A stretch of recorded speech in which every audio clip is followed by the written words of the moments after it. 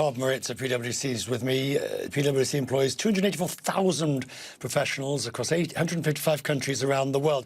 Bob, good to see you as always.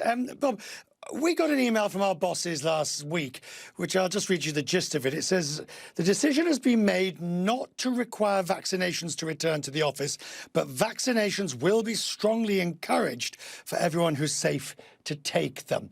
Is that the sort of middle ground where people seem to be coalescing? I think it's actually the majority ground, Richard. I would say the majority of the CEOs and the business leaders are taking that exact approach, which is not require, but strongly encourage. And even going a step further, they're actually putting incentives for people to want to get vaccinated, to make it easier to get vaccinated, and to give them rewards for doing so. Because we know the quicker we can get more vaccinations in people's arms, the quicker the recovery, the quicker the return, the quicker the better economic growth potential that's out there for everybody. Your latest confidence survey, the CEO survey, I just wonder, I mean, I'm not surprised, bearing in mind the vaccines are going to allow a large element of normality.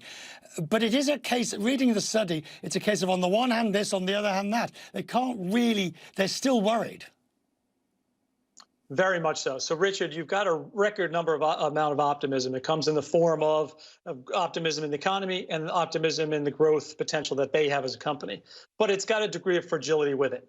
There's a number of underlying issues. Clearly, the success of the vaccination program globally is a challenge. Second are some of the big risks that CEOs are seeing around the world, that if any one of those or combination goes, there is a concern about the strength of that economy and the longevity of that economic growth that they're looking for right now.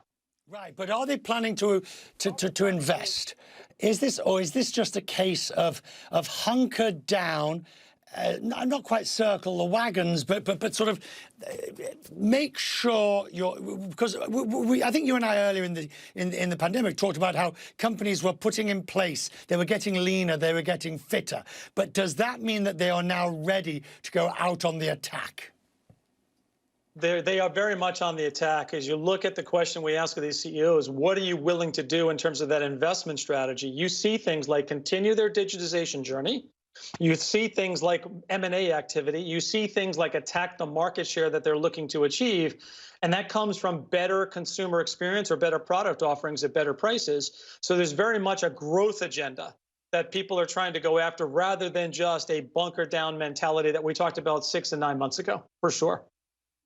So the digitization, I think we can sum it up that essentially it's accelerated by arguably 10 years or more as a result of the pandemic.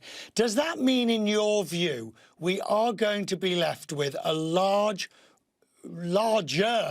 number of unemployed people that if we don't start having retraining policies, we will be storing up societal difficulties? The push for digitization over the last year has come in record speed. But let's remember that digitization has been mostly for purposes of survivability. People had to figure out how to survive by leveraging technology and the effects of digital. Now what organizations are doing is saying, how can I actually sustain the uptick that I'm looking for and actually not only survive, but thrive? It does require organizations to invest in their own people, invest more in technologies, invest in the concepts of innovation. The growth potential is going to go for those that move the fastest. The ones that move the fastest are based upon better data, quicker decision-making, and better scaling as quickly as possible. And that's where the opportunity is right now as people look ahead. So we mustn't forget that you are the head of a large company in your own right. So let's do, first of all, office. How much do you think you're going to reduce your office footprint by people not working, by people continuing to work from home, by hot desking, people doing hybrid working? What's your gut feeling? So as we sit here today, it's going to be a long time before we actually jump to those conclusions. The reason I say that is we all got forced into the biggest change ever. The reality is that was by force. The reality is coming out of it, though, is actually by option.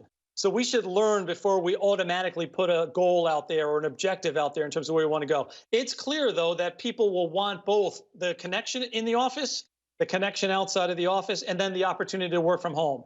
That's going to require a reduced footprint. Most of corporates around the world are going to be doing that. We're no different. How much and how big and over what period of time is going to be the question. We'll experiment and learn along the way, and that's what we're planning on doing over the next 2 years at least before we get to some kind of consistency on a worldwide basis. A more immediate policy that I suspect you're going to, and I'd be interested to hear, travel.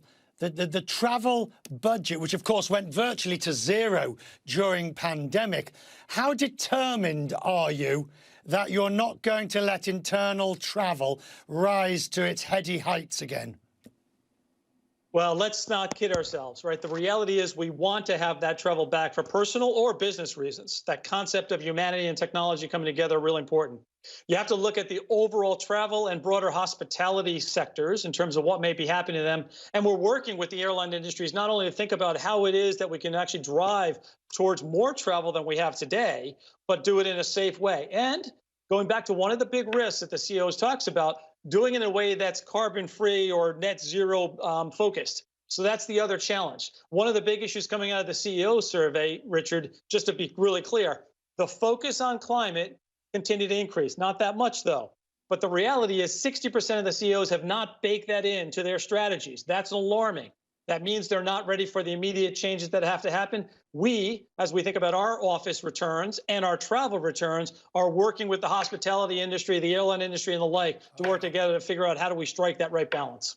Bob, thank you, sir. We'll talk more. I appreciate your time. Thank you, sir.